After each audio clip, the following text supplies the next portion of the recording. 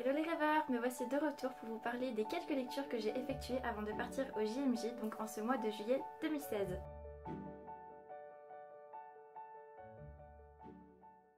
Donc voilà, nous sommes début août, hier j'ai tourné le book haul et je vais vous parler maintenant des 6 lectures que j'ai faites pendant le mois. Donc on va dire 5,5 plutôt parce que je n'ai pas terminé ma dernière lecture qui était une relecture et que j'ai oublié le livre à Bourg-en-Bresse. Donc je vais vous parler de tout ça un petit peu plus précisément. Alors si ma mémoire ne me fait pas défaut, le mois dernier je vous avais laissé avec Sonata d'Émilie Musso publié chez Rebelle Éditions.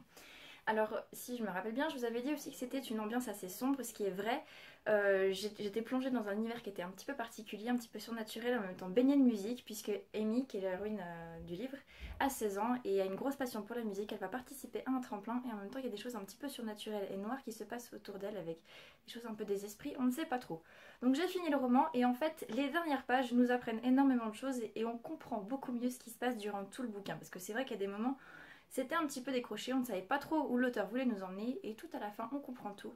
On relit l'histoire, ce qu'on a lu avec un autre regard et ça devient très intéressant. Donc il faut dire aussi que l'univers musical a toujours été très intéressant, ça m'a beaucoup plu et du coup j'ai pas mal apprécié ce que j'ai trouvé à la fin, ça m'a permis de relire le tout avec un regard plus clair et j'aime beaucoup ça. Maintenant je sais où l'auteur voulait nous emmener, ce qu'elle a voulu nous apporter et même si j'ai quelques petits points négatifs à présenter comme le fait que les relations, on va dire, entre Amy et sa mère, l'acceptation qu'elle a de sa nouvelle vie est très très brusque, ce que je ne comprends pas parce que je l'ai vécu aussi et ça a été très dur de mon côté. Voilà, ce sont des aspects plus personnels, mais en tout cas, en dehors de ça, l'histoire est super sympa et un petit peu sombre, c'est vrai, mais ça nous change un petit peu par rapport à ce qu'on peut connaître. Après ça, je me suis attachée à un livre que j'avais vraiment très envie de lire, je vous l'avais présenté dans le book haul du mois de juin. Alors, il s'agit de La loi du cœur de Amy Harmon chez la collection R. Donc voilà, je vous avais dit que la couverture était super belle. Alors c'est vrai que la couverture est super belle. Et je vous avoue que j'ai été très très surprise par ce que j'ai trouvé dans l'histoire.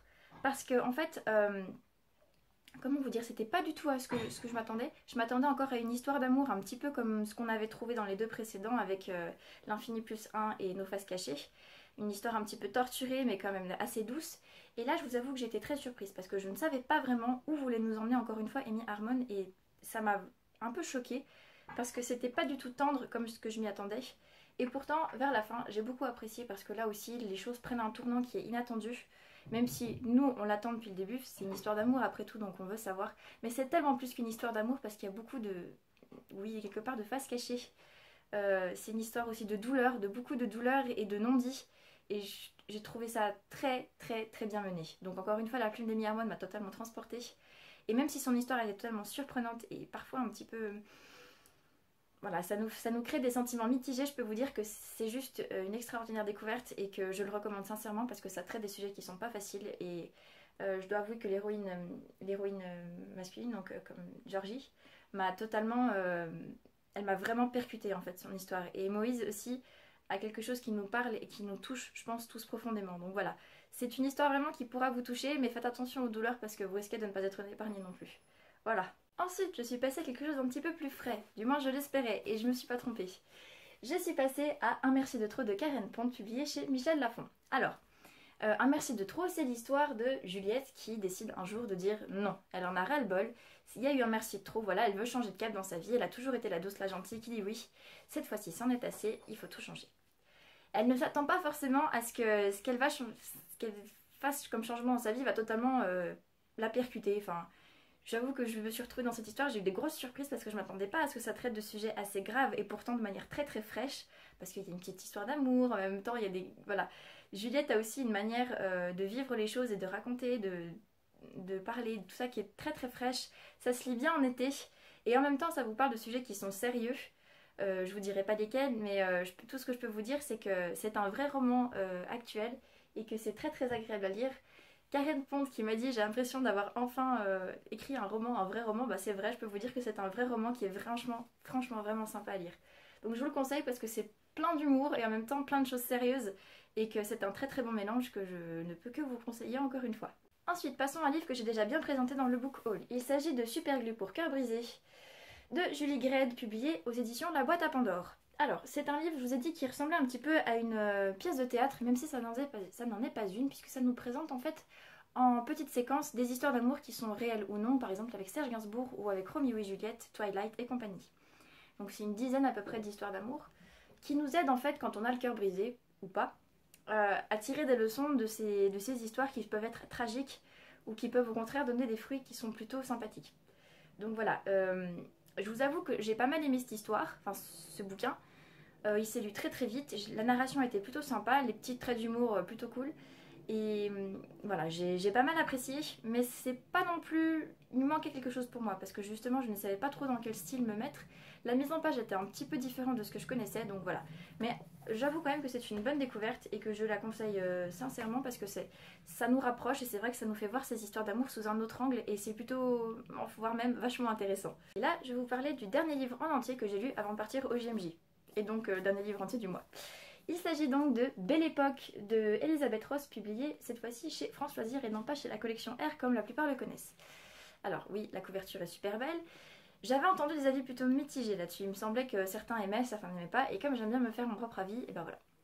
Et pour ma part, ça a été une super découverte. Je ne connaissais pas du tout la nouvelle sur laquelle était basée cette histoire, il me semble que c'est Zola qui l'a écrit. La nouvelle des repoussoirs. Oui, c'est ça. Voilà.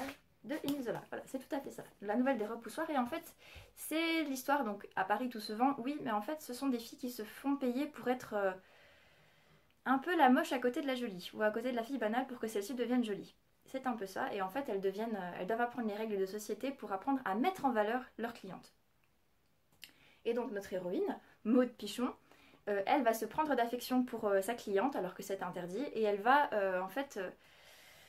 Voilà, elle va se prendre de rêves et puis il y a toute une histoire sur ces repoussoirs, sur ces problèmes de société qui peuvent toujours être appliqués maintenant en fait puisque c'est quand même assez moderne. Et on découvre en fait ce vieux Paris, ce Paris de l'exposition universelle, de cette tour Eiffel qui se construit avec des petites anecdotes qui sont plutôt sympas.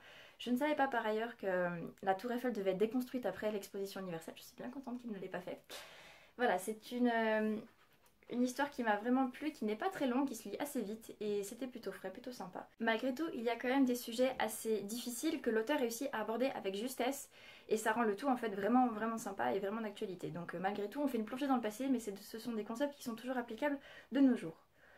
Voilà, c'est à peu près tout ce que j'avais à vous dire pour ce livre, c'est déjà pas mal. Et enfin, j'ai terminé le mois avec un livre que je n'ai pas terminé. Donc comme je vous l'ai dit en début de vidéo, je suis partie au JMJ et en revenant, j'ai oublié mon livre au point de chute de retour, c'est-à-dire à Bourg-en-Bresse, c'est-à-dire à 1h30 de chez moi en voiture. Alors, j'étais en train de relire en fait la suite des Trois Mousquetaires d'Alexandre Dumas, donc 20 ans après, qui nous parle en fait des Trois Mousquetaires qui vont se retrouver de manière un petit peu spéciale puisqu'ils ne sont pas dans le même camp cette fois-ci et que seul D'Artagnan fait encore partie des Mousquetaires. Sinon les autres ont eu d'autres vies, d'autres parcours et ils vont se retrouver pour une nouvelle mission qui va peut-être les unir, voire les désunir, je ne sais plus. Je vous avoue que je n'ai pas lu 300 pages alors que le livre en fait plus de 600. Et que j'aimerais bien savoir la suite, mais pour l'instant, comme c'est une relecture, je me dis que je suis pas trop frustrée. J'ai commencé autre chose pour le mois d'août. Je ne sais pas quand je récupérerai ce livre, mais quand je récupérerai, je serais bien contente de pouvoir le continuer. Voilà, après tout, c'est Alexandre Dumas, et puis Alexandre Dumas, bah, c'est mon chouchou, donc je peux pas vous dire autre chose. Je peux que vous le conseiller comme tout livre d'Alexandre Dumas, et puis voilà quoi. Voilà, ce sera tout pour le mois de juillet 2016. J'ai déjà commencé le mois d'août avec une ou deux lectures, donc j'aurai pas mal de trucs à vous présenter. Je ne suis pas sûre d'avoir à vous présenter des livres en réception, donc on verra bien comment je fais ça. Peut-être qu'il n'y aura qu'un bilan, peut-être pas. Enfin voilà, je vous souhaite d'excellentes lectures pour ce nouveau mois. N'hésitez pas à me dire ce que vous avez lu pendant le mois de juillet, ce que vous êtes en train de lire, patati patata comme d'habitude. Et je vous remercie de tous ces échanges, de vos petits mots, de toutes ces vues, de tout ça. Enfin bref, peace and love, de la joie partout et puis plein de bisous.